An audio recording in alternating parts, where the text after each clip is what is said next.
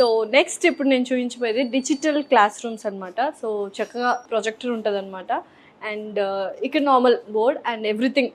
ఎవరైనా సెషన్స్ ఇవ్వాలి అన్న పెద్ద పెద్ద ఐబిఎం నుంచి చాలా కంపెనీస్ నుంచి వస్తూ ఉంటారు ఎక్స్పర్ట్స్. వాళ్ళందరూ కూడా క్లాస్ రూమ్లో ఉండి పిల్లలకి డిఫరెంట్ కైండ్ ఆఫ్ థియరీస్ కానీ ఇవన్నీ చెప్తుంటారు. సో చాలా స్పేషియస్గా ఉంది క్లాస్ రూమ్ కూడా. డిజిటల్ క్లాస్ రూమ్స్ అనమాట. అండ్ సెంట్రలైజ్డ్ ఏసీస్ 120 సీటింగ్ అనేది ఉంటుంది. సో ఎప్పుడైనా గెస్ట్ లెక్చరర్స్ వచ్చినప్పుడు కంబైన్ చేయాలి బ్యాచెస్ని అన్నప్పుడు ఇది ఒక సెమినార్ హాల్గా యూస్ చేసుకుంటూ ఉంటారు. అండ్ ఎస్పెషలీ కరికులం అనేది వీళ్ళు ఎలా చూస్ చేశారు అంటే ఏదైనా అప్డేటెడ్ వర్షన్స్ కానీ అప్డేటెడ్ సిలబస్ వస్తూ ఉంటే ఎప్పటికప్పుడు వాళ్ళు యాడ్ ఆన్ చేస్తూ ఉంటారు. సో దట్ స్టూడెంట్స్ ఫ్యూచర్లో ఎటువంటి కోర్సెస్ వచ్చినా కూడా ఆ కరికులం అనేది వాళ్ళని అటువైపుగా తీసుకెళ్తుంది, కొత్త కోర్సెస్ ఏమైనా జాయిన్ అవ్వడం.